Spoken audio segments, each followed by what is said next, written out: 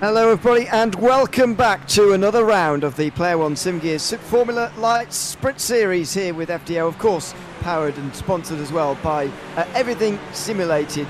We are here once again for Imola, the next of our feature race rounds before next week our final sprint round actually at Fuji for a couple of longer races to round out the season as well. This week it's myself, Ewan, and Tom Cairns alongside me with Jim Cunningham behind the cameras tonight. Good to be alongside you for this one, Tom. I know you've done a race earlier on this season at the Ben Motorsports Park. This is another one of those 45-minute races, and dare I say a very, very different circuit to be driving at as well here at Imola. Super difficult, I would say. It's starting with this qualifying session actually, which is going to be hard to get a lap in itself. We'll get to that in a moment, but it's going to be a difficult race for everybody as well around a circuit that absolutely takes no prisoners. Absolutely, and with the circuit being hard on brakes as well, a lot of corners, 19 in total, including the kinks. It's going to be a lot of action, a lot of time management, I would say, Ewan, which begs the question, how many pit stops are we going to have? Well, I can answer that for them. It is 2 that they're going to be made to do because of the fixed setup, that each of them will have the same setup as each other, and they are capped on the amount of fuel they can run.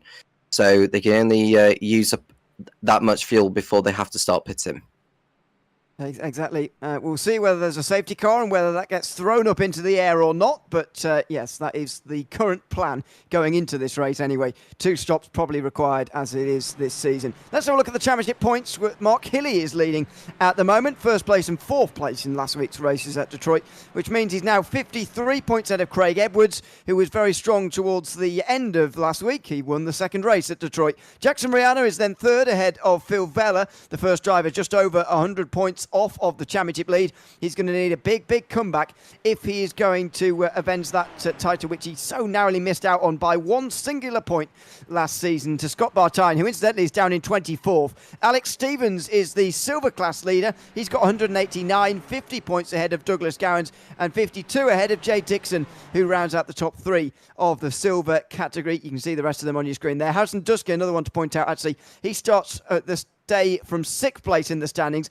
However, he has got a round ban this week for exceeding the licence points threshold, and he will additionally need to start from the pit lane at Fuji in the first race if he is at that race, of course, in 1 week's time. It looks like his championship charge is going to be over with the disqualification at Detroit and indeed already being 115 points away.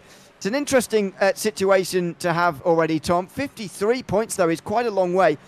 But we've only had half the season. We've had 4 rounds out of 8. If someone can stretch out 53 points in 4 rounds, then Craig Edwards could very much bring that back in again over the next 4 rounds. Yeah, I can imagine so as well. As we begin this one, it is just 1 race, though, here at Imola. You can just see the image there of Ayrton Senna, who we sadly lost over 3 decades back now. It doesn't feel that long ago, although I haven't said that. I wasn't even born when Senna had passed away. But no, for a lot of people, it doesn't feel that long at all. But like I say, it's just the 1 race we've got here this evening, or morning, wherever you are around the world. 100 points for a race win. That is a huge amount. So you've mentioned the 53-point gap. Well, that easily can be overturned here. And on a track like Imola, where mistakes are bound to happen from some of these drivers, who knows what could take shape.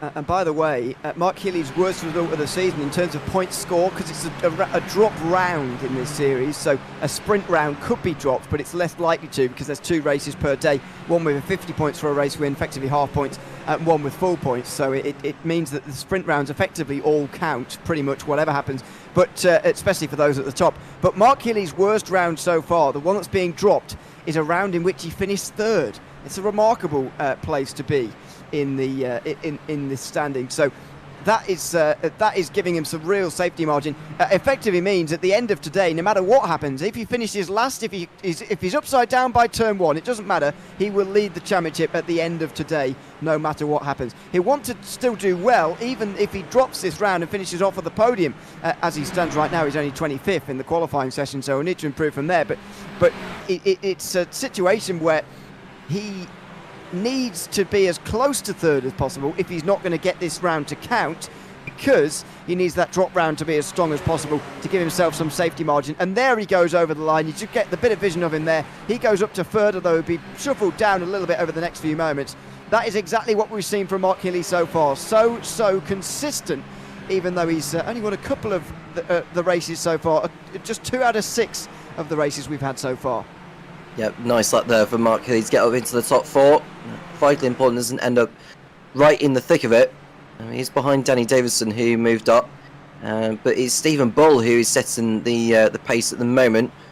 The man who, just looking on the standings at the moment, is quite far down in the standings, so it's not like he's going to be a threat to anyone in the bigger picture. He's down in 35th in the standings overall. I don't think he's done that many rounds this season as Stephen Bull.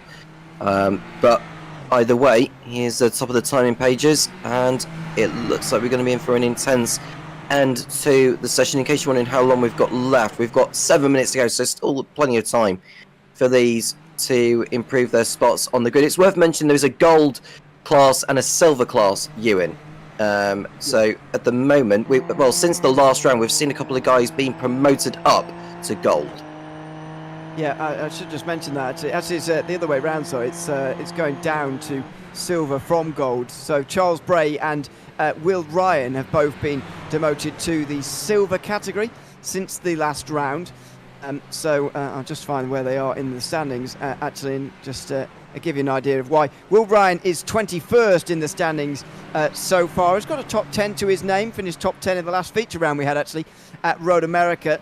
But yeah, has generally been trending as a silver driver, and indeed he's outside the top 3 at the moment. I think he would be 7th place in the silver category if things were to be as they are. And Charles Bray has had a difficult season so far. He's in 36th, despite the fact he's been at all the rounds so far. He's had a very difficult season, unfortunately for him. I think a bit of bad luck has definitely played a role in that, actually, but he's now being classified as a silver class driver as well, although to be fair, I don't see him here today unless he has snuck in since the end of the practice session, and he has, so there you go. He's in 26th place at the moment. Will Ryan just yet to set a lap time. He's waited for a little bit until getting out onto the circuit. And it might not be the worst idea, actually, Tom, to wait a little bit, because you've got 15 minutes. It's not a short session by any means, but it's a very busy racetrack and a short racetrack as well, which means that finding space is absolutely key. Absolutely. You know, when you look at the space around the circuit, it's one of the narrowest circuits on the calendar is Imola, especially in today's world. We are looking at Will Ryan, who is on circuit now, who will be coming round to begin his latest lap, unless he's on his on the flying lap. No, he's on the outlap. This is the outlap he's on, is Will Ryan. So this is the opportunity for him to make the most of the track conditions that are present.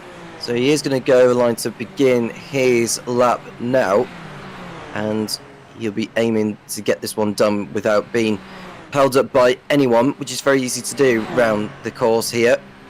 Where's he going to place here on this lap? Well, he's got to make sure he keep it clean, and there's a couple of guys ahead of him which won't want to get in the way. Yeah, hopefully he'll be hoping anyway that they are on lap times themselves and just get a little bit of space. I think the amount of space he got in front of him there, it might be the best he can hope for, to be honest, in such a big field. Should just give you an idea, actually, of how many drivers we have here today. Last count at 35 drivers in the session. So only 35 drivers score points, and generally, especially last season, we saw everybody getting points almost no matter what happened in the races. But we have started to have some races this season where you can get to the end but not actually score any points at all. On board though with Will Ryan as we go over the top at Piratella. Now down the other side of the hill into Acqua Minerale, the double right-hander, a little bit of grass, but he's able to keep it on the road through there, through turn 12 and up the hill again. As he accelerates now, he's actually being caught into the top of the hill, variant Alta. The slow chicane. Oh, and a big slide. Oh, and a slide in the background as well from somebody else following there, which is kind of interesting. But anyway, they come out the corner now, and on the other side of the hill, they'll be down at Ravazza, down the other side of the hill. Later ish on the brakes. Normally it's a very difficult braking zone, actually, but this is one of those cars, few cars around the world, where actually it's not a real big problem on the way down the brakes there. Now onto the front straight. And what will Ryan do first time round as Tom Donahue moves up to 7th place. Actually, there you go. Will Ryan goes over the line now, and that's just going to be a banker lap time really to get himself onto the board, if it counts at all, and maybe it didn't actually. by the looks of that. Top 11, I was going to say all gold, but that's just brought by Jay Dixon, who moves up to the 7th place in the silver class. Nicely done there from Jay Dixon over the line. Where will he end up by the end of this one? In case you're wondering who's leading the silver class, that would be, according to the spreadsheet I've got in front of me, it is Alex Stevens, who is in 9th position. He's got quite a bit of a gap over Douglas Gowans, who is around about 30... Well, including the drop round. So he's Stevens on 189 and Gowans on 139. So a 50-point gap between those two. But it obviously depends on if they can improve their scores here over the course of the season. In case you're wondering where we are going to for the rest of the campaign, we've got Fuji that is hosting a sprint round then, and then it's to Mount Panorama for round 7, and Silverstone being the finale. That'll be just the one race for then. So Bathurst and Silverstone hosting just one race each. And the Silverstone race, worth noting that that's an hour-long race as well, so something a little bit different to have our finale with. I think we might get... I need to check this because I haven't actually verified this, but I think there might be extended points available on the last round of the season because it's a finale round. There might be 50% plus points on that occasion. I'll check that though. I think that is the case. Over the line for a few more drivers who watch the bottom of your screen and see that there aren't actually very many purple or green times coming through on the bottom of your screen. Plenty of greens actually, but not too many purples, as Will Ryan kicks the curb and goes off. That will be the end of his session because there's only a minute and a half to go. Considering the fact that pole time is 1:34, you only really get one more chance now. And Mark Hilly is looking very, very comfortable indeed. As Jackson Rihanna moves a bit close to him, he still is Rihanna 0.3 of a second behind Mark Hilly, who leads this session and leads it by a very, very long way by the standards of this series. And Will Ryan only 30th fastest with that lap time, which will be the only one he'll get in this session. So he has some work to do, does Will Ryan, who's only just been demoted down to silver. We are looking here at Jackson Rihanna coming through at the Tosa hairpin. I think unless you're coming out of the Variante Alta chicane, these are not going to be setting any more lap times. We've got Ethan Morris who's going through the last section of the course. He's going through Ravatsa now, is Ethan. So he'll be heading over the line, aiming to improve on his 4th place.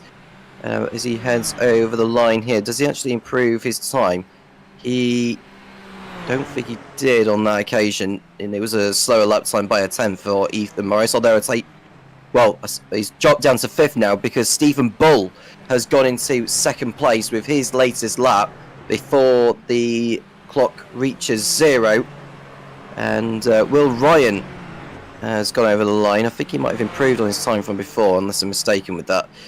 But it feels to me that is that, Ewan, and Mark Hilly has put his number 59 on the pole position here at Imola. It looks like he has. Jackson Rihanna is just about to go over the line now as the last realistic candidate, I would say, to jump over him. I don't think he's going to do it though. He might get 2nd, but no, doesn't even do that. So that's the end of that for Rihanna. Bull is going to have one more chance as Craig Edwards comes over the line right now. Mark Hilly comes into the pit lane because he doesn't need to do anything else in this session. Craig Edwards does actually improve there, but actually doesn't improve position.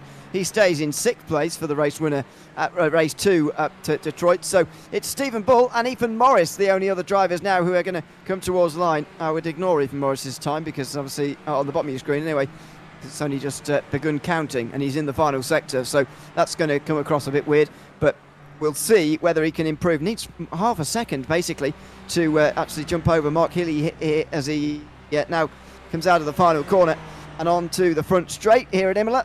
It's not really straight, I understand, but it is where the start-finish line is. Over the line for Morris, and the time will be a bit slower than the last one, so he stays in 5th place. Stephen Bull comes to the pit lane. That will just about be that in qualifying, but what a time from Mark Hilly. What a big advantage he has over the rest of the field. Yeah, on a circuit that is not the easiest to get overtakes done. He's done a tremendous job to get up there, but now it's about defending the position at the start and making the strategy work. It is a long pit lane here at Imola, bearing in mind, so track position is going to be key here, Ewan. That is what is going to decide the race. Absolutely, it will. Brody McConkey, actually, just after the checkered flag has flown, improves up to 7th place. A decent run at Detroit last week, although maybe not quite the results to show for it. Road America finished in 3rd place in that bizarre rain-affected race. I say rain-affected, even though the rain didn't actually fall. It was a cloud looming so large over everybody that they, well, half the field anyway, came in to put wet tyres on. It never actually rained in the end, which was a little bit odd. But there you go. That is the end of qualifying here from Imola. And we'll very shortly be underway for 45 minutes of racing here at Imola. Worth remembering, of course, that they'll have 3 minutes, of course, to grid up in this series. And so I've got time to go through the grid. Starting, of course, with Mark Hilly, 34.3. A big lap time compared to the rest. Stephen Bull alongside, a long way behind. Jackson Rihanna and Danny Davison then on row 2, ahead of Ethan Morris and Craig Edwards. Brody McConkey and Scott Bartine then on row 4, ahead of Jay Dixon and Tom Donahue, who rounds out the top 10. Angus Milne and Giuliano Sinese are then on row 6. With Alex Stevens 2nd place in the silver class, 13th place overall. Marcus Knitzer alongside in the all-silver row 7. Jason Madden, Douglas Gowan, 2nd in the championship standings for silver, is in 16th place. Todd Parks and Daniel Byrne then on row 9, and Thomas Hittins and Dan Ackland rounds out the top 20. Ryan Borg and Dylan DeBonner then on row 11, and Matt Chesrow and Darren Fahey. At 25th place has gone to Tristan McLaren, with Miguel Teixeira just in behind. Jake Robillard and Will Ryan then on row 14, ahead of Charles Bray and Adrian Loretti. Ryan and Bray, the two who have moved, 28th and 29th, right directly with each other. Then it's Chris Swaddling and Nick Bottrell on row 16 with Nathan Verney and Stuart Thompson. Then you get the pace car drivers at the back, although Scott Pocket will start from the back. He'll be 38th. But he will be effectively last in the field. So that's how they line up. And now they all get ready for that first chicane. It's a tight first chicane here at Imola. And they've got to be ready for it down in towards turn number 1. They've got to get it right as well. So that they all make it through safely on the first time of asking. Yeah, and hopefully we'll get through without any drama here. We don't want to see too many drivers being eliminated at the start. But if you're the driver at the head of the field, then you've got the best seat in the house, in all honesty. Mark Hilly, aiming to get off to the best of starts. But it's worth noting about the strategy side of things. Again here, with it being 45 minutes, how many laps are we looking here? We're probably looking at around about... I'm trying to work out my maths here, Ewan. You know, Jim tends to rely on me on the maths so much. I would probably say, was it 6, 12? Yeah, 30 laps. No more than 30 laps, let's just put it that way. Yeah, no more than 30 laps. I'll go with that. It's not a very round number, this lap time, so can't really help out with that. Of course, with 2 stops likely and maybe safety cars to interrupt us as well, it's impossible to know, but not really worth worrying about too much for these drivers. We'll wait and see just how many of them go deep into this first stop, or whether they decide to bring it short in a moment.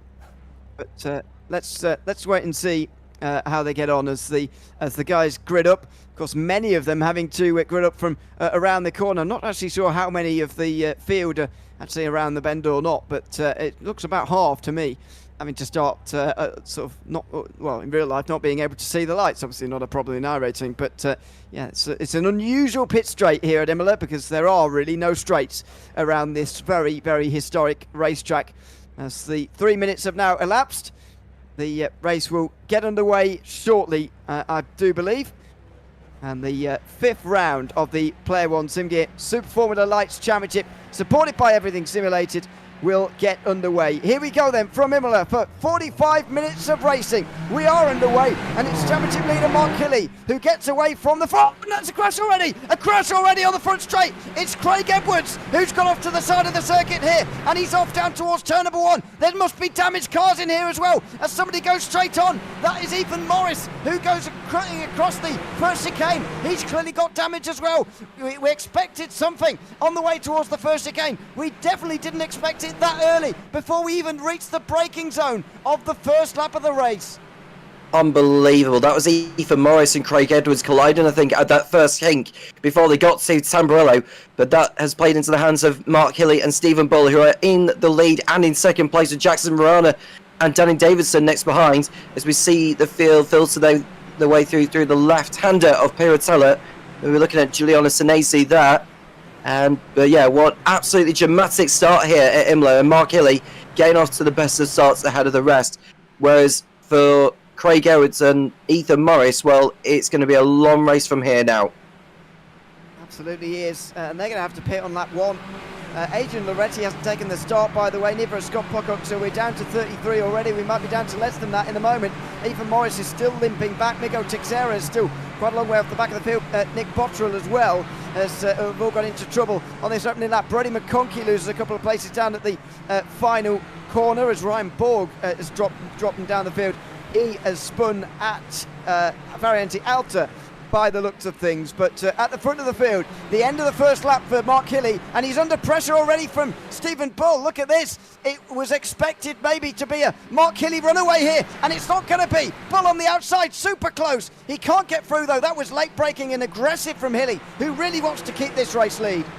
Absolutely, and he had to get his elbows out through Tamburelli corner at this stage of the race, and we are seeing the top two going in battle, and there is a lot of change for position around that particular part of the course. You and don't know what's going on further back, but we do know that Hilly has held on that time being on to Stephen Bull. We're going to find out, see what's going on further back. What can you tell us? 5 drivers off the road. Scott Bartine is one of them, so is Angus Milne, Daniel Ackland, Tom Donohue's been off the road as well. I have a feeling there might be more, because as you mentioned at the time, a lot of positional change was happening. We were focusing on the battle for the lead, and rightfully so as well, because that was a very, very close battle, wheel to wheel. However, I think there's been a very, very big crash further down the field that has seen some guys limping back home. We'll try and get another look in a moment to see if anything has gone on there, but Daniel Ackland is still off the road and stuck. The guys at the front seem to still be going at a decent speed, and I can't see a pace car on the racetrack at the moment. However, there has been something big happening down the field here, I'm afraid, and this is on board with Brody McConkey, or that was, in towards turn number 1. We will try and get a view as to what's happened here, but this is on the run down towards turn number 1 with Tom Donohue, who is involved. This is the final corner with Stuart Thompson. This could take some finding. There has been a lot of off-track going on in the last couple of moments, and this could take some finding. There was a number of drivers, as you can see there on the right-hand side, coming into pit lane as well in the end of the opening lap. I'll go through some of those in a moment as well. And there is a safety car. There we go. It's taken a bit of time to come, but there is a safety car. Jimmy Pickup, though, hasn't got out onto the circuit quite quick enough to get in front of the field, so these guys are still going, and there'll be some arguments here about how quickly they should be going, because obviously the advantage to coming in under pit lane, or under safety car rather, will be fairly large. Yeah, I wonder if there's going to be some words afterwards, and they're not slowing down the leads at the moment. I don't know if they're actually aware that the safety car is being deployed. They will be, but they just won't want to slow down, because if they slow down, let the pack close up too much, then they stop. They'll end up at the back of the train. So they're sort of, well, I'm not sure what the rules are around this, actually, when the safety car gets called and how slow you have to go when you're at the race leader. But it's certainly the case, it used to be in Australian rules racing, that you could actually race at full racing speed until the safety car picks you up, which is kind of dangerous, but it's iRacing, so it doesn't matter here. I think they'll race right full speed to the very pit lane, and I think they're all going to come in here if I'm... well, let's see if I'm correct here as they come out the final corner. Hilly will be leading the field around. Will he lead them all on to pit lane? Yes, here they all come. So I reckon everyone's going to make their first stop here. Well, they're going to have to, because otherwise they'll lose track position if they don't. There's going to be some drivers that may stay out here. Well, there's one that's staying now. That's Alex Stevens. Unless he's... yeah, it is Alex Stevens. So he's decided to take the gamble here and go longer compared to the others. And there we see the man running in. That's Tesseriero, isn't it? Who's going through. Tristan McLaren has stayed out there. Stuart Thompson has stayed out. Mark Hilly has rejoined in second place here as they come out of the pit lane there. You can see how close it really is. And Mark Hilly, I think, has played that strategy perfectly. Unlike Jackson Rihanna, who's now got 2 drivers ahead of him that are out of position effectively.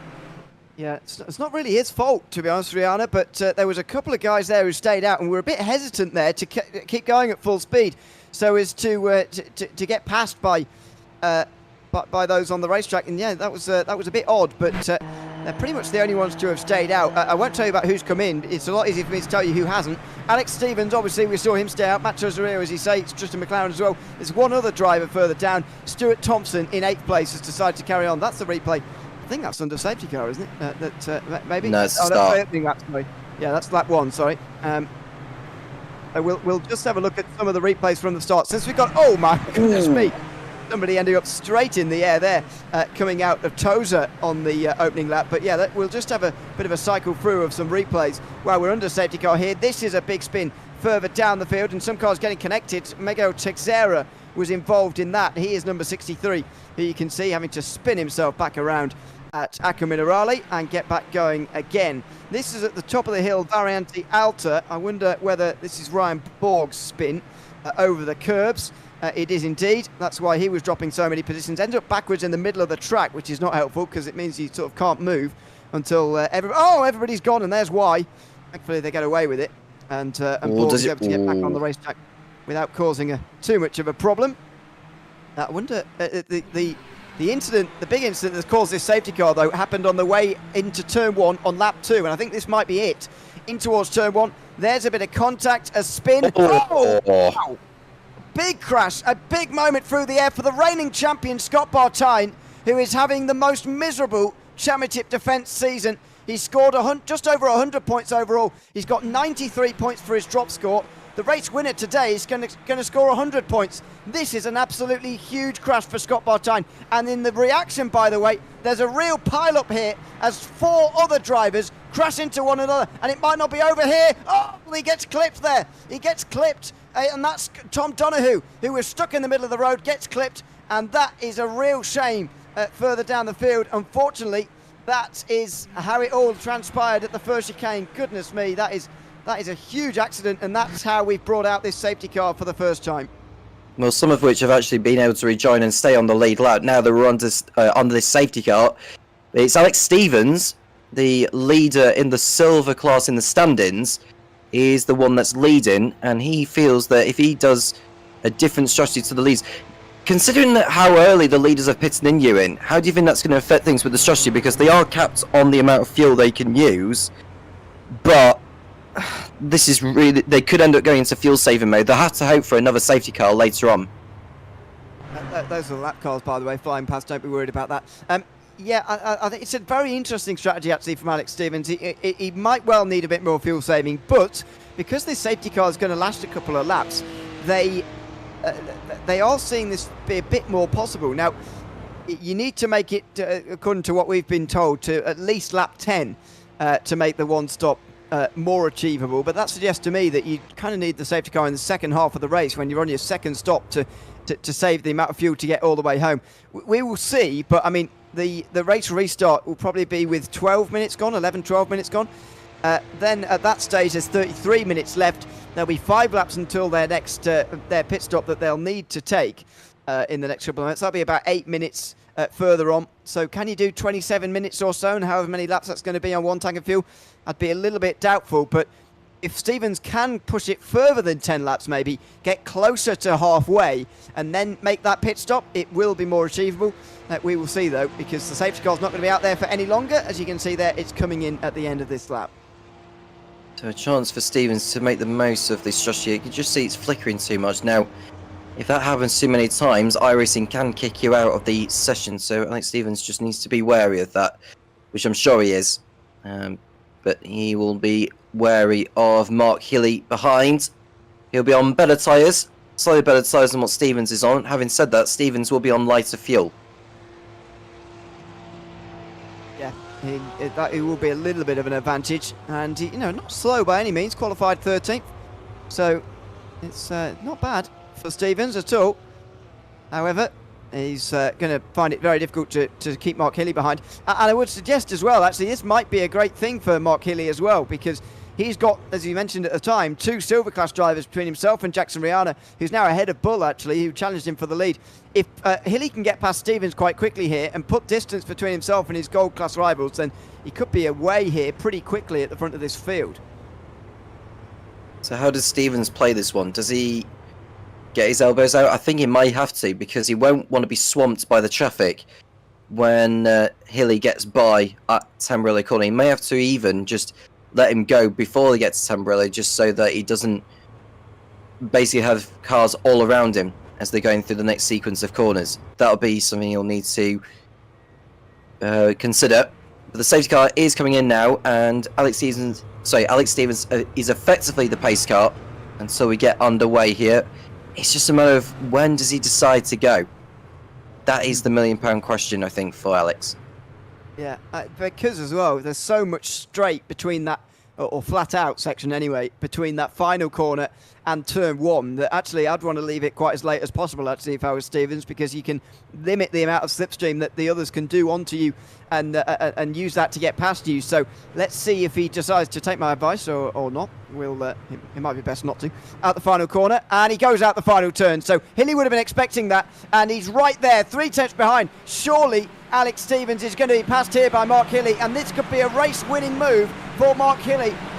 Maybe going a bit too early on that, because there's more than half an hour to go, but Hilly here surely is going to be able to get past already. Round the outside he goes. Stevens has got to brake super late on the inside if he wants to keep the place, and he's not even alongside. He's not even alongside by turn 1. Mark Hilly leads this race, and he's already got a second over his gold class rivals, because Cesarero and also McLaren are also battling away for 3rd place just behind. Stephen Bull trying to get involved. He's on the outside, giving the inside for the second part. He's going to get just knocked out there. Oh, McLaren wide. McLaren goes wide. Bull, Rihanna and Davidson all go past, as in the background Douglas Gowans, the 2nd place man in the Silver Class Championship, finds the barrier down at the Villeneuve chicane.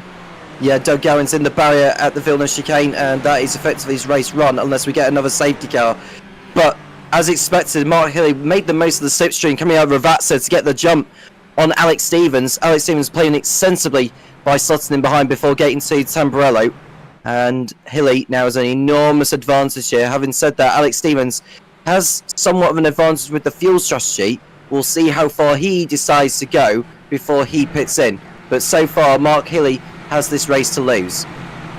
I'm not sure it'll actually matter very much at the moment, because Hilly is, as you say, got this race in his hands. The battle's going to be between Rihanna, Bull and Davidson behind, but this is a big step forward for Mark Hilly in this championship. Craig Edwards out of this race, or at least out of the running anyway, for the top positions. He is back on the lead lap because of that safety car with Tom Donoghue and Scott Bartine and the rest of them, but it's about where the others are going to be in relation to chasing Mark Hilly now.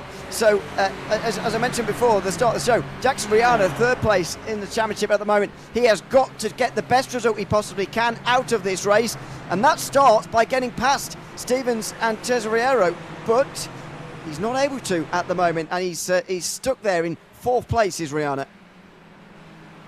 Through Villeneuve they come again, and then we see Rihanna in the green and black livery there behind Cesarero. And it looks like Stephen Bull is having to hold back a little bit. He got jumped by Rihanna on the restart really, if not the pit stops. And now he's having to play catch up, and what makes it even worse, he's got 2 silver class drivers ahead of him which he'll need to dispose, and they won't be easy to pass by any stretch of the imagination. No, absolutely, and they've got a right to fight for this place as well, by the way, on the podium. Oh, it's a better line though from Rihanna. It's not a place you want to be really close actually, even to Valenti Alta, but he might go for it anyway. Yeah, here we go. This will be brave, inside, and that's a good move from Jackson Rihanna. You do not see moves through there very often. He's executed it well, though. On a very tight line, he's not got a very good run, and Cesarero super close behind. He's pushing him on the way towards Ravazza. I think he's sort of given up on keeping this 3rd place for the moment, and Bull's coming through as well. Rihanna slows on the inside just to defend from Bull, who's now in the gravel, and all sorts of the stones that have been brought onto the circuit through Ravazza there as well. So he gets through Bull now. Cesarero's going to defend from Davison, who's going to have to get through as well. All of these gold class drivers have got to follow one another through, otherwise they're really going to get left behind here. And Davison, there we go, does the same. And indeed, Cesarero there just pulls out the way, says you can all go on through there, and they do. Rihanna, Bull and Davison now all inside the top 5. Nicely done there. So most of the those gold drivers in that particular part of the field have got through on Cesariero, and now it's Alex Stevens, which they'll need to dispose of soon enough. I mean, Rihanna's got a couple of more seconds to make up on Stevens. You have to say the restart for Stevens has played out nicely so far. When you look at those drivers have been jostling for position behind, and he's got a lighter amount of fuel on board. I think the fact he's got a lighter amount of fuel has helped him bridge out the margin over the others, and that's going to help him with his strategy, I think, later on. If we get another safety car, though, if there was a safety car now, that's going to help Stevens a lot. Yeah, it's just the case that when you get into the middle of the race and we sort of get settled here, it's a lot more difficult for the safety car to come out, and it's a lot less possible for the race to be interrupted, really. Now, obviously, it is possible. You know, the crash that we've already seen for the safety car could happen at any time, however, less likely. Brody McConkey has got a 20-second time penalty for racing rules, straight overlap. I think that must be on the safety car restart, overlapping already before the start-finish line, which is not allowed. McLaren and Cesariero, meanwhile, battle for 6th, and that's Justin McLaren moving through into Ravazza. He moves it then into 2nd place in the silver class, but all of the silver class drivers won't be able to get away from the fact that their current championship leader, Alex Stevens, is also the race leader, and he's 2nd place overall. The point system in this series is based on where you finish overall, not where you finish in your class, and that means that the silver class rivals, especially Douglas Gowans, who just had that issue on the restart, they're all going to lose a lot of points today if this holds. Yeah, Todd Park's coming into the pits, and we're going to see a replay of an incident over at the Variancy Alta. This is Ethan Morris, actually. Oh, he's gone in too deep. Way too deep, and he was very, very lucky he didn't flip anyone over with that. That could have been a repeat of what we had on the first lap at Tosa Corner, where someone went flying up in the air, and Ethan Morris did very well to come away with a minimal amount of damage. Just spoke a bit too late there, locked it all up, and that was the end of that. He goes for a spin, and his pretty difficult race so far continues. He's 18th place at the moment, by the way. Coming through with Craig Edwards, though, and Tom Donoghue, and the field, by the way, from 14th place on backwards is mad. Donoghue, meanwhile, has got a 5-second time penalty for a loss of control. That's going to be added to his race time at the end of the day. Same for McConkey, of course, who is running in 11th place, or 12th place, rather, at the moment. But look at that further down. 14th place, Jason Madden, he's running okay, but behind we've got the likes of Craig Edwards involved there. Ethan Morris, Tom Donoghue, Scott Bartine, the reigning champion, Angus Milne, another gold class driver. This is where the action really is. And these guys, and look at the Everything Simulated drivers, by the way, 4 in a line. They've got all their ducks in a row. But unfortunately, they are a long way down, some of them outside the top 20. Yeah, and Tom Donoghue was one of those in that multi-car pile-up on lap 2, which ultimately brought out the safety car. He's going to have a lot of words. So just see someone running wide there up ahead. I think that might have been Nick Bottrell. Sorry, not Bottrell, Marcus Knitska, who ran wide on the exit Ravazza. He is, well, he's got his mirrors full of those Everything Simulated racing cars behind. He's now got Darren Fahy, who is going to the outside of, or Fahy rather. So that's like the only thing. Oh, that was very close. And now he's completely... Yeah, he's got the Everything Simulated racing cars surrounding him. This could get messy. Contact! Bottrell goes off into the gravel here as there's a slight bit of contact. He went into the air and he goes straight on. He's not got too much damage. It doesn't look like... yeah, he's going to rejoin okay, but the damage is done in the positions lost there. That was just a little bit too big of a squeeze down towards the Villeneuve chicane, and there was what happened in the end. A real shame for Bottrell, who drops down to 26th position. His teammates will all go through, and they'll have to try and get past Knitson themselves as well. Coming through Acre Minerale then, this is Miguel Texera, who had a spin at Acre Minerale earlier on in the race, but he's now right back in the thick of the action here as he is closing on Craig Edwards, who has not had the best of evenings so far. But so far so good for Jake Robilliard, who's up 12 positions from his starting spot in 15th place.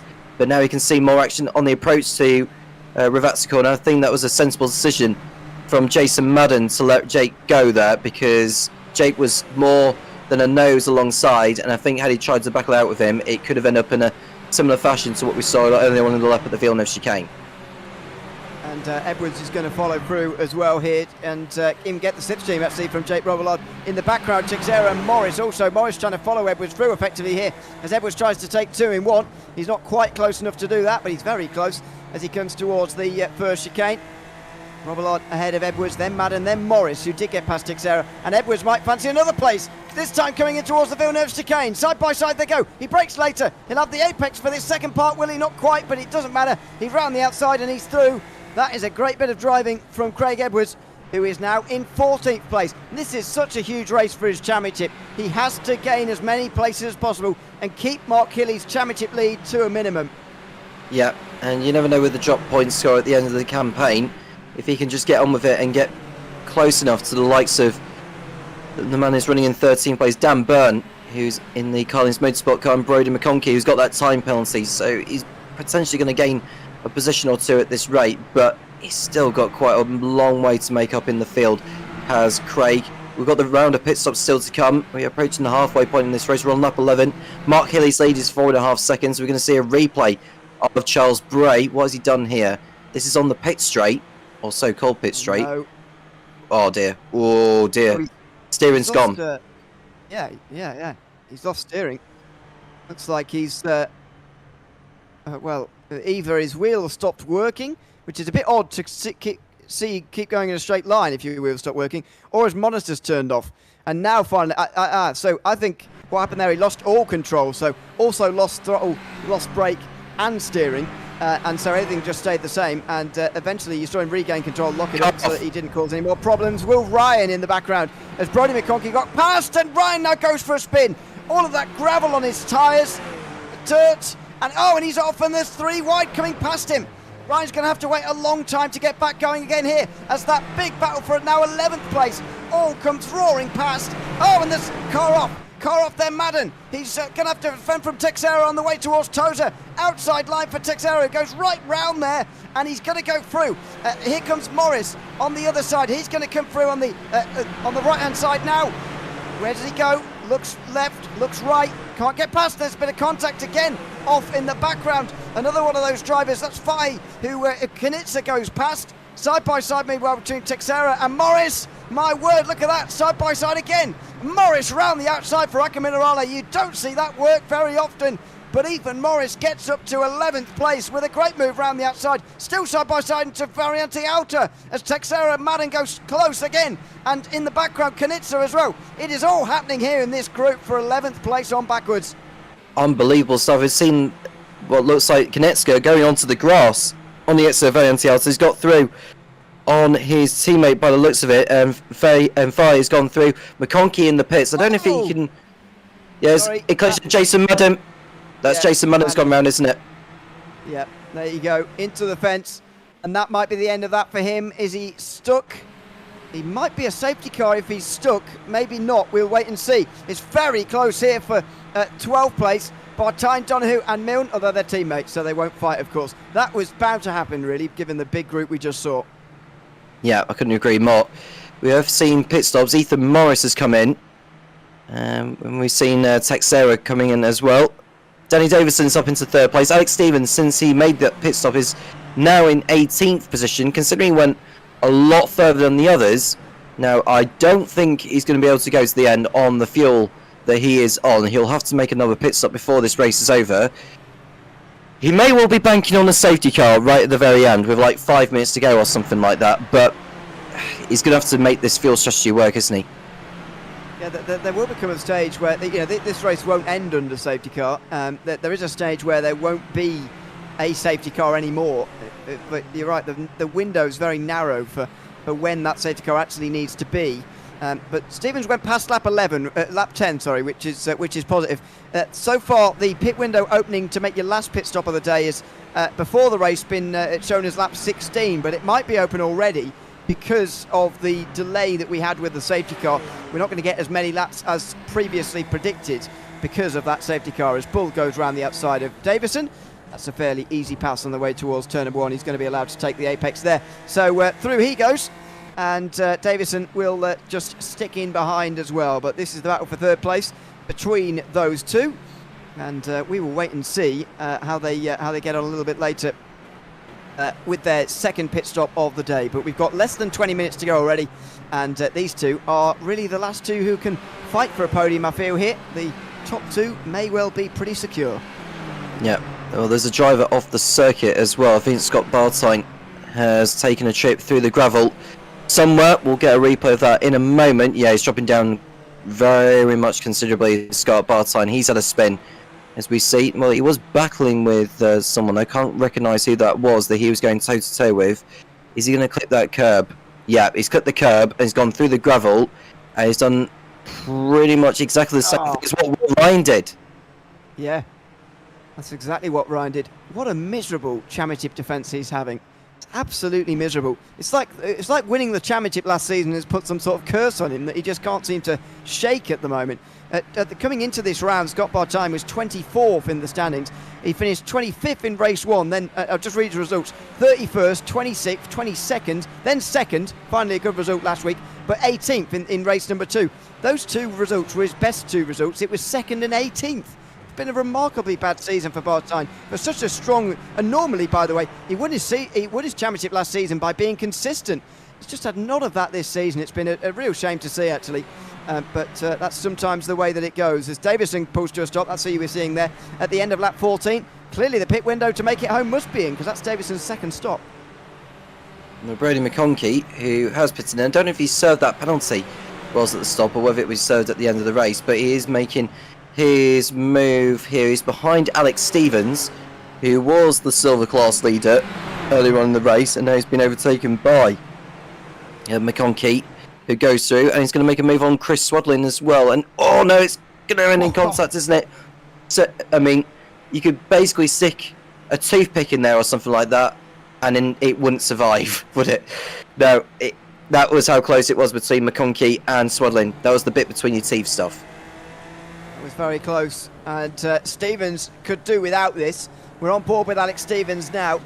Or maybe he could do with it and use a bit of the draft of these drivers to actually fuel save from 17th place, which he finds himself at the moment. But still think he needs a couple of laps fuel saving here, and that could be quite difficult to manage at a decent speed. Swaddling in front of him is going to provide a bit of an opportunity to just lift off a little bit down here on the way towards Acca Minerale, a bit more than he might otherwise do, but Swaddling unfortunately is too slow to stay behind, I think, for Stevens if he's going to get a big result out of this. And he's actually having a look at attacking.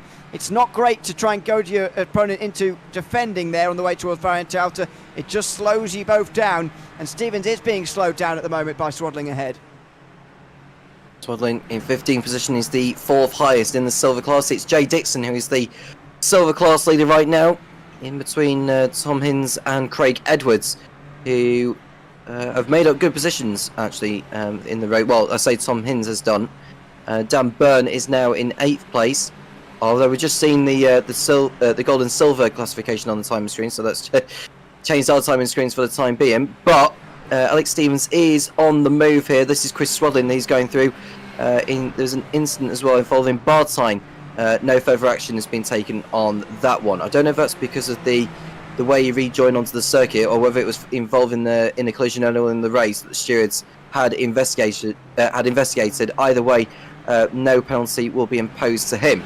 This is Marcus Knitska running in 10th place overall, and he's got Angus Milne and Tom Donahue for company. Now, Tom Donahue is one of those in that multi-car pile-up in the second lap, has managed to get himself back into the action.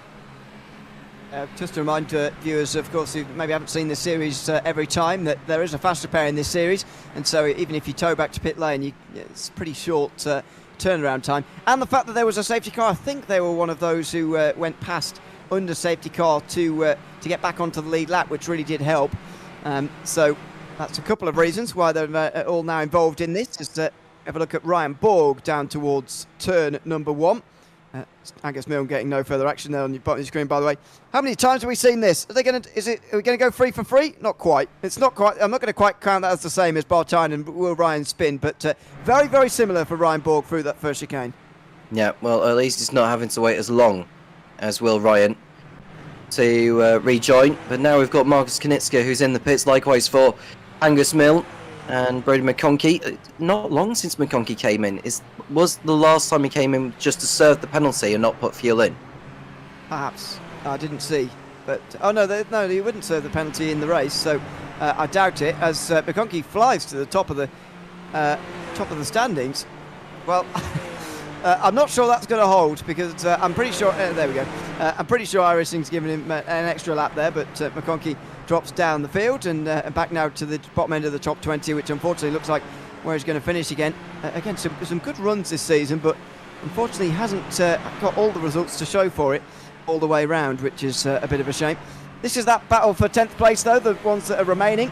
Who's still yet to come in for a second time. Same for Giuliano Sinese as well, but this is important for Davison that he doesn't get dragged into this, because he has made his second stop already, of course, as we enter the final 15 minutes of this race. Yeah, Tom Donahue got well out of shape out of that Minerali, and that allowed Sinese through into P11. We've got more pit stops. Rihanna and De Bono have come in together, as has Tom Hinds, who is in. What about Jay Dixon? Is he in as well? Yes, he is. He's coming in for his second stop. Mark Hilliers remain out there, as has Stephen Bull, so they feel that if there's another lap in there for them, or perhaps they just don't want to be in the pit lane when the traffic is so heavy. Let's see. Shouldn't be too much of a problem, as Edwards now comes through into third place. Now, he won't be going to the end, although he's made, it says on my screen, he's made 3 stops. That can't be true. He's pitted last on lap number 4. He won't be going to the end based on that, but he will maybe be a bit higher up than where he was when we restarted, after all the overtakes he's made over the course of the day. Danny Davison, meantime, has been off the road, and he's dropped outside the top 5. That's exactly what I said he can't afford to do, actually. Drop behind Sinese and lose time. That's exactly what's happened here. As more drivers come out the pit lane, Angus Milne gains some more time. Let's see what happened to Danny Davison. Into Tamburello. This is where we've seen so much trouble so far. It's that second part, and he runs off the circuit on the exit, and Sinese comes through. He defends from Sinese, but he goes round the outside and straight through, and that's a big problem for Danny Davison with that mistake. No, at least he didn't go round that time, Danny Davison. He has lost the position to Sinese, and he's looking to get that back as they enter Variante Alta. Hilly and Bull are both in the pit lane now, which may allow Craig Edwards to take over ahead of the pack, unless he decides that he wants more fuel and tyres. We're looking at Danny Davison for the time being as he heads through Ravazza. Hilly does rejoin in the lead and quite some way ahead of Stephen Bull, who's going to rejoin in second place ahead of Rihanna, who's coming through now, and Jackson Rihanna, who's now in third place. Is it seen? No, he's up to second. He's got the jump on him. Wow, that's a pretty big jump as well. Nearly 2 seconds. What's the difference in pit time? There was none really. So Rihanna through and stays in second place. So I'm not sure whether that gap is actually reduced or extended on where it was before, but it's not too different. He was ahead of Bull. Don't remember it being 2.5 seconds, but maybe it was. He is comfortably in second place, though. That's the long and the short of it. And Mark Hilly's out front, of course, having come out as well. He's got 8 seconds over Rihanna. It looks to me like the top 3 are pretty secure. And Davison's mistake there has meant that Bull is actually not giving him any slipstream anymore. So that's another thing that's changed there.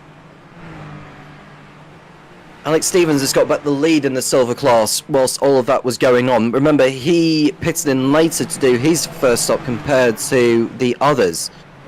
How long will it be before he decides to pit in? I don't know if he'll pit in again before this race is over. I'd imagine he will do, because he came in at the end of lap 11 and that was under racing conditions. So I am wary as to maybe when he's going to decide to pit in. We've only got 11 minutes to go in this race. It is the only race for this round in the FDL. We are looking at Marcus Knitska, who it's not been long since he was pitting, and Tom Donahue in 16th place. It hasn't been too long since he made his way into the pit lane, pitted at the end of lap 17, so that was only a couple of laps ago for him. So it looks like those who have just pitted now are going to the end. It's just a matter of those who perhaps maybe pitted a little bit earlier, the likes of Alex Stevens and Tristan McLaren, the drivers who are first and third in silver, can go to the end on the one stop. Side by side on the way down the hill here between Teixeira and Donahue. Teixeira pulls right in front. Donahue pulls in front of Teixeira, I should say, into Ravazza. That's with 10 minutes to go as Donahue now tries to make his final overtakes as he comes back through the field after his big crash earlier on. Qualified in 10th, so actually not lost out very much on where he qualified, but he's not quite going to get back to that top 10 place, I don't think. Down the straight they come, and Teixeira now in trouble from Kanitsa, who's got a double slipstream here, the double toe on the way towards Tamburello. Outside line he goes, right round. Oh, that's a great overtake. A brilliant overtake from Marcus Kanitsa. He gets ahead of Miguel Teixeira, his silver class rival, in a brilliant overtake on the outside of Tamburello. Might not be over just yet, as they come into Villeneuve. Is through. Kanitsa properly through. That was a great overtake. It was a superb overtake by any standards, as they see Kanitsa defending from Miguel Teixeira now, who is going to have to focus his attentions on him to keep hold of the place here. But Miguel Teixeira is on the inside end to Piratella. Are they going to get through safe and sound? Well, Kanitsa had to go off the circuit there a little bit. They won't want to get a slowdown on the back of that. Doug Cairns and Verney have exited the pit lane after that last stop. Nathan Verney running in 25th position ahead of Ethan Morris, who's had a race to forget, although Ethan Morris has got the jump on the pair of them into 24th place now. But these are the leaders. We're looking at Bull and Davison. In fact, Davison's made up so much time, but there's the back marker. He's going to have to avoid that. I don't know if that put him off in trying to get that move done, but Davison had to stop back in behind. Had it not been for that back marker, Ewan, I think he could have got that move done, in my honest opinion. Maybe, yeah, but they did fit 3 wide, so whether he, hard to know whether that actually stopped him or not. As Jay Dixon gets past Alex Stevens, that could be pretty big in the story of the Silver Class Championship, and it certainly is in the context of this race. I think Stevens is really starting to have to fuel save, and he's now being overtaken. Craig Edwards come through. What a race Craig Edwards had. 8th place for him now. I'm not sure I said this earlier on, I definitely thought it. He finished 20th, did Craig Edwards, in his worst result so far this season. So almost no matter what happened here today, this would count. And so every position right now matters. Up to 8th place, he'll probably get up to 7th, I would imagine, before the end. Stephen Bull, though, while that pass was happening, has gone off somewhere. Oh, and he's got trouble here. Bull has got trouble. And with just over 7 minutes to go, he pulls off to the side of the circuit. I'm not sure there will be a safety car for this. There's only one car off the circuit. I think we'll be okay to go green to the finish, but there's definitely been trouble here with Danny Davison, who came to the inside at Piratella. He's not giving him any room there, and that's a very slight bit of contact. It's broken Bull's front left suspension completely. Yeah, he's got a puncture from that as well, front left, and it's game over for Stephen Bull. A terrible, terrible shame after running so well. Is it 6.5 dozen the other? Do you think Davison could have left him more space when they went through Piratella? I would put that on Davison personally. I don't think he gave very much space there to Bull at all. Admittedly, the contact and the severity of the contact to warrant that amount of damage is very harsh on Davison, but after all, race control will be looking at the action itself and rather than the consequences of the action, as Craig Edwards does get to 6th, by the way. So again, extra place actually from Bull. But yeah, I think Davison could have left a lot more room at the top of the hill at Piratella, in my opinion. They'll be subject to the investigation afterwards. Jay Dixon, who's running in 7th place, he's on course to win the silver class. He's had a tremendous race. Again, has Jay. Now looking at where he was in the standings. Well, he was 3rd in the silver class standings before today on 137 points. 52 off Stevens, so he's not going to reduce it down by that much on Stevens. But he is bound to move ahead of Doug Cairns, who's had a race to forget today in 24th. Absolutely, we saw him go off on that safety car restart, and since there's not been a safety car since then, it's been very, very difficult for him to recover any of that time loss, really, that he's now suffered. Daniel Byrne, Tristan McLaren and Dan Fahey are the drivers watching at the moment, battling for 9th place. Just over 5 minutes to go. It's been a breathless race so far, Tom. We've not had time to breathe, which is what that means. And yeah, we're going to have this right to the very end, it looks like. Battles to the finish as a lock-up from McLaren. Here comes Darren Fahey. It will continue on.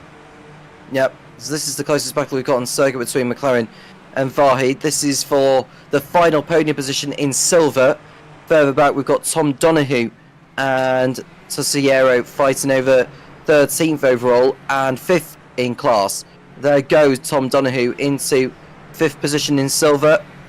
That's probably as high as he's going to end up, subject to any drivers falling by the wayside.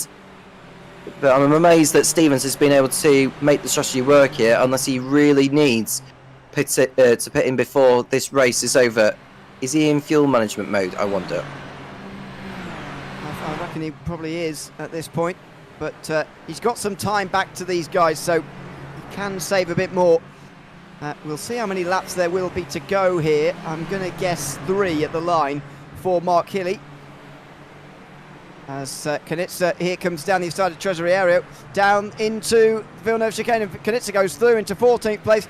Tesorero is now going to be under pressure from Senese, who goes down his inside as well. Texera, he follows through, and unfortunately that is that's 3 positions lost in just a few corners there.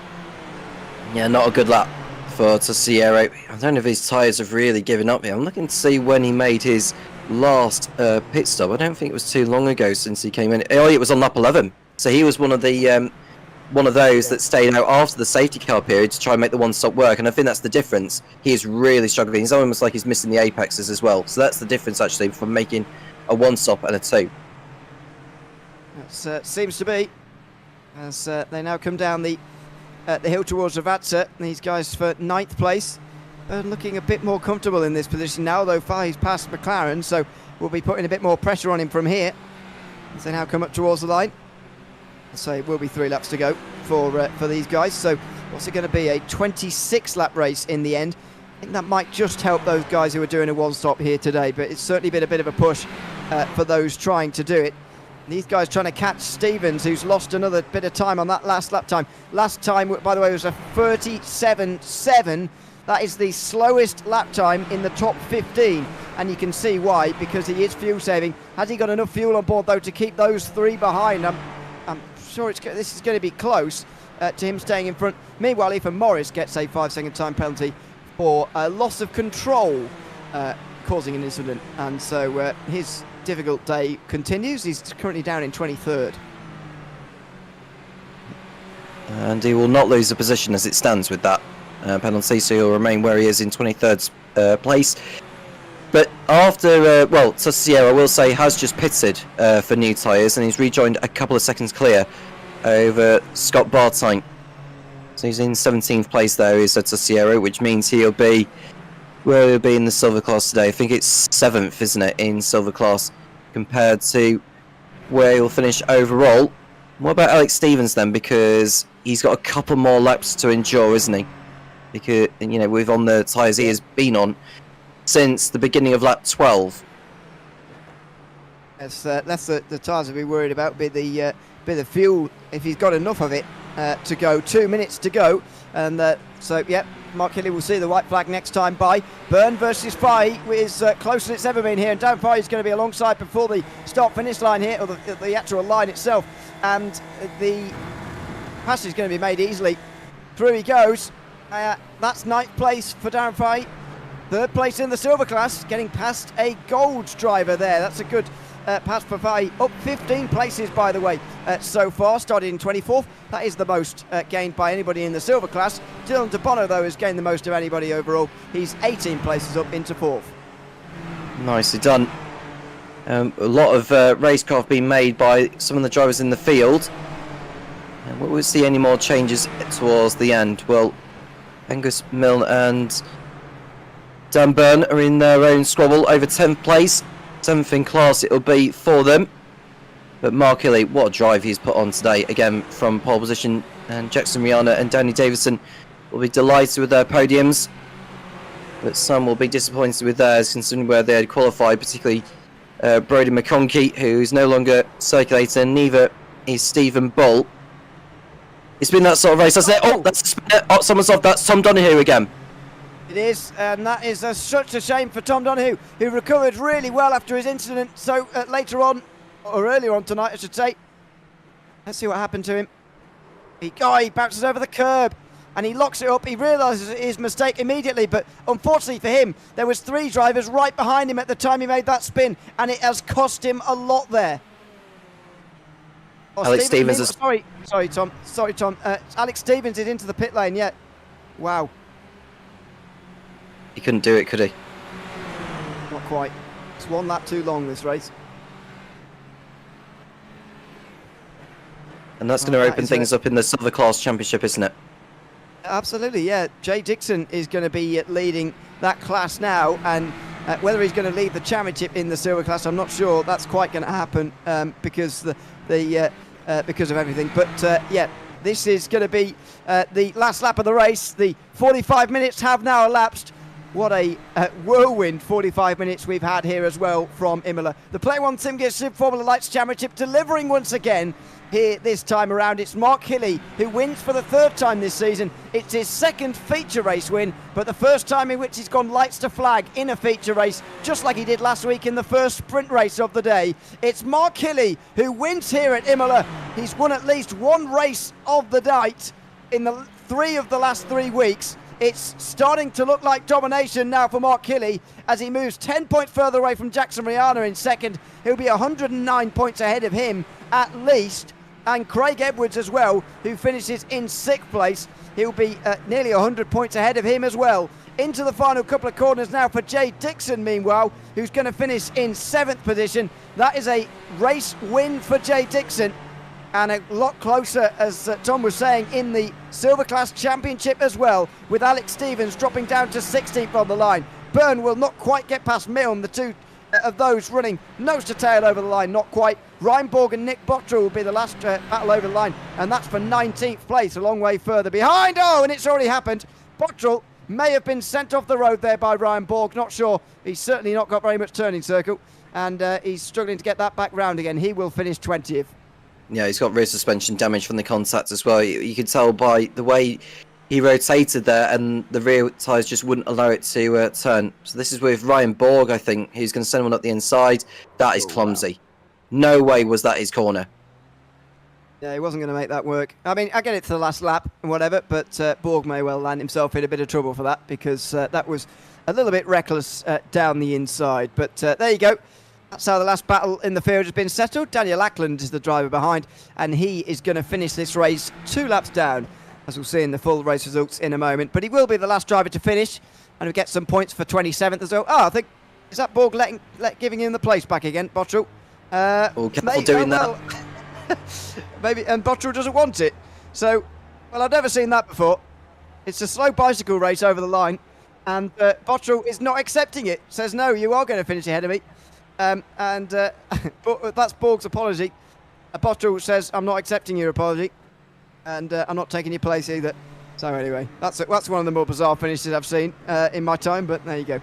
They cross the line and they will finish the race. We see Mark Hilly pull into the pit lane here. We'll have a chat to him and all the other podium drivers in a moment. But for now, let's have a look at the race results. It's Mark Hilly who wins by nearly 9 seconds ahead of Jackson Rihanna, with Danny Davison then rounding out the podium. Dylan De Bono finishes in 4th, with Thomas Hinge rounding out the top 5. Craig Edwards did very well to recover from 6th after his early crash, with Jay Dixon winning the silver class ahead of Darren Fahey. It's Angus Milne and Daniel Byrne who round out the top 10 as Giuliano Sinesi, with Marcus Knitzer rounding out the silver class podium. Tom Donahue, Tristan McLaren, Miguel Teixeira round out the top 15, with Alex Stephen, Scott Bartine, Matt Cesar Riero, Ryan Borg and Nick Bottrell rounding out those finishing on the lead lap. Douglas Gowans was 1 down in the end, and Jake Robillard finished 1 lap down with him. Alongside Ethan Morris, Nathan Verney, Stuart Thompson. Todd Parks was 2 down with Daniel Ackland, who we saw come over the line there. Stephen Bull was the first non-finisher, as we saw his late trouble. Brady McConkey was a non-finisher as well. Alongside Chris Rodling, Will Ryan, Jason Madden, Charles Bray, Adrian Ray, and Scott Pocock, the last 2 of which I'm not sure actually started the race here today, but I'm not sure. Let's have a look and have a chat to Mark Hilly at the end of that race, race winner here at Imola tonight. Mark, congratulations on winning at least one of the 2 races per night for each of the last 3 weeks. How are you feeling at the end of that race? Pretty good. I'm pretty good, thanks. I went into this weekend hoping for this, and I don't think I could have really done a better job. So yeah, feel pretty good. And how important do you think the safety car and the way that everybody fell out of the pit lane a role in that? Obviously, you made the call to come in. The 4 behind you that you were towing around at the time all followed you, but you all came out slightly spaced apart because of some of the guys who stayed out on the circuit. How much of a big role was that in this race, or do you think you would have run away regardless? I mean, I don't really have an answer for hypotheticals like that. The safety car definitely helped. It was nice. It was nice having a little buffer, but I'd like to think that I'd still win. Well, absolutely. Congratulations on actually winning the race and doing the business on the day. Is there anybody you'd like to shout out before we let you go? Yeah, all the guys back at Orbit Drop Bear Motorsports, Jackson Dial, Connor Nixon, a big help this round. Thanks so much for chatting to us, Mark, and we'll see you next week. All right, see you. Thanks very much. Mark Healy, the race winner from Imola, ahead of Jackson Rihanna, who can now join us as well. Jackson, welcome in. Congratulations on second place here tonight, 9 seconds off the win. Do you feel you squeezed the maximum out of your race here tonight? Yeah, good evening, guys. Yeah, we did our best. Like, Mark was obviously just so quick. It was very quick. It was a little tumultuous on the safety car. Like, he definitely pulled it up. I don't know. I'm not really sure what happened. He didn't keep pushing, so it ended up being so that there were two sort of out of position cars in between. So that definitely hurt our chances, I think, just trying to get around them. And obviously Mark had track position, and track position is very important in these cars. So it hurt our chances a bit, but yeah, even so, I don't know if there was any catching Mark tonight. He was just very, very, very quick, and he did an excellent job. As you say, track position going to be very important. It's going to possibly remain at a couple of the rounds still to go. Still 3 rounds to go, of course. Fuji, Bathurst and Silverstone. And you'll have at least 109 points to make up on Mark Healy as well going into those last 3 rounds. How confident do you feel that you can really give the championship a go in these last few weeks? Oh, mate, it'll be an uphill battle. But look, we'll certainly give it a real hot go. Huge thanks to the Summit Simsport guys as always. I've got John and Michael in the hot seat with me, and they're doing all my strategy for me and just telling me how the race is panning out for my championship rivals. So that'll be keen. I'll be keen to watch that as that goes. But my job will just be to drive as fast as I can and try and pick up a win here and there and try and get as close to Mark as I possibly can. Well, congratulations again on another podium tonight, Jackson, and thanks for chatting to us again as well. Thanks, mate. Have a good night, guys. Thanks very much. That's Jackson Rihanna. Second place here tonight from Imola, which is exactly where he finished the feature race at Detroit, by the way. His first podium of the season came last week, and he's just got his second one as well in a row. Jay Dixon finished in the silver class victory today, 7th place overall. Jay, welcome in. Congratulations on silver class victory tonight. How do you feel at the end of that one? Because Alex Stevens was saving fuel. He was leading for ages, had to make a pit stop at the end, and you came through to win the race. How surprised were you, by the way, when you came through to take the lead on the last lap there? Yeah, thanks, guys. Yeah, I was wondering whether Alex had enough fuel to make it home. I knew it was going to be tight. I thought it was going to be a bit short for them, and it turns out it was right. So, yeah, hard luck on that front. But yeah, I've definitely had both ends of that strategy play out. Absolutely, it was always going to happen. Something like that was going to happen anyway, with some of the guys trying to stay out all the way, making it to the end. You'll gain over 20 points, probably nearly 30 points actually, of the 50-point deficit that Stevens had over you coming into today. So that gap might be around 20. I haven't done the maths properly, but around 20, somewhere between 20 and 30. How confident are you feeling that you can bring that gap down in the last 3 rounds and take the silver class title this season? Not very confident, really, because I'm going to be away next week. But yeah, I've had a couple of bad rounds. Had a PC crash, and then I crashed and took Will into the wall last week. So, swings and roundabouts. I think it'll be close by the end, I think, if I can get another couple of good results. But yeah, Alex has been just super consistent the whole season. All right, well, I didn't know that, but fair enough. Hopefully we'll see you again in a couple of weeks' time, and you can have another good result like this. Is there anybody you'd like to shout out before we let you go? Yeah, just shout out to the fellow Teletubbies. Thanks for racing with us each week, and thanks to you guys for commentating, and for Tom and Co for putting everything on. Thanks again, Jay, for chatting to us, and congrats on the win tonight. Cheers. Thanks very much, Jay Dixon, the silver class winner here tonight in Imola. Danny Davison has not come to join us here tonight, unfortunately, so hopefully we'll be able to chat to him again in the future if he gets on the podium again. But a 3rd place finish for him today is really a good mark on his season, really. Started really well by taking pole in a 2nd place finish at the Bend, and hasn't been on the podium since. Maybe you are the key to his season, Tom, because you've seen him get the podium twice now, and not at all else. But this is a great round to come back for, I feel, Tom. It's been good to have you alongside me. Thoroughly enjoyed this race at Imola. Now we move on to Fuji next week for some sprint racing for the last time this season. Yeah, absolutely. We should be in for a lot of action over at Fuji, especially that 1.5 kilometre front stretch, which is going to put on a brilliant show for the drivers. I did a little bit of calculation, actually, I think, or rough calculation on the championship standings. Mark Healy is 93 points clear now over Craig Edwards, so he's almost like a full conventional round, if you want to call it that, the round which we've had here today. Craig Edwards was still second, 93 points off Mark Healy, and it's Jackson Rihanna who is not far off second place now after his latest score, but he is third in the standings. Alex Stevens, in terms of his championship gap, it's been cut down by Jay Dixon's win.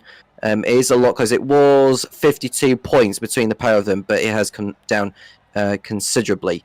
Standings will be updated in due course, but with Doug Gowan's latest score, it will be his drop score now. So his previous drop score was the previous week over in Detroit. That will be applied as a counter score towards the championship, but he is down to 4th place now, I believe, behind Jay Dixon and Darren Fahy. Yeah, we'll see how the drop rounds are now going to shape up for Doug. I think always round though he is going to lose some ground, that is for sure. But yeah, the long and the short of that is that Mark Healy has got a big lead in this championship at the moment. If you cast your mind back to last season, of course, it was won on the last straight on the way towards the start-finish line at the end of the race at Daytona. And Scott Bartine took the title by just one singular point. Curtis Webb in third was only 17 points behind. It was very close as well between the top three. And Liam Kerr won the first round, of course, the first season of this championship by just 30 points, beating Danny Davison, actually overturning Danny Davison's championship lead on the final day of season number 1. I hope very much, as a neutral, that we get another great championship finale like we had in season 1 and in season 2 as well, at Zandvoort and Daytona respectively. But it's looking less and less likely that the finale at Silverstone on the 26th of August is going to be contested between drivers for the gold category. Mark Healy is looking very good at the front of this championship. That's just about it from us here tonight, though, in the Player One SimGear Super Formula Lights Championship, supported by Everything Simulated. A big thanks to those two sponsors, of course, Player One SimGear, Everything Simulated, for their help with getting this series off the ground, and of course our broadcast as well here tonight. Capstone Marketing as well, and Print Racer, also big supporters of this series. Big thanks to them, and of course everybody behind the scenes who make these broadcasts and indeed this series possible. I've been Neil Leary with Tom Cairns alongside in commentary with Jim Cunningham behind the cameras of this broadcast on the JP YouTube channel as always. We'll be back with another round of this championship in 1 week's time from Fuji. I very much hope you can join us then. For now, from us at Imola, it's goodbye for now.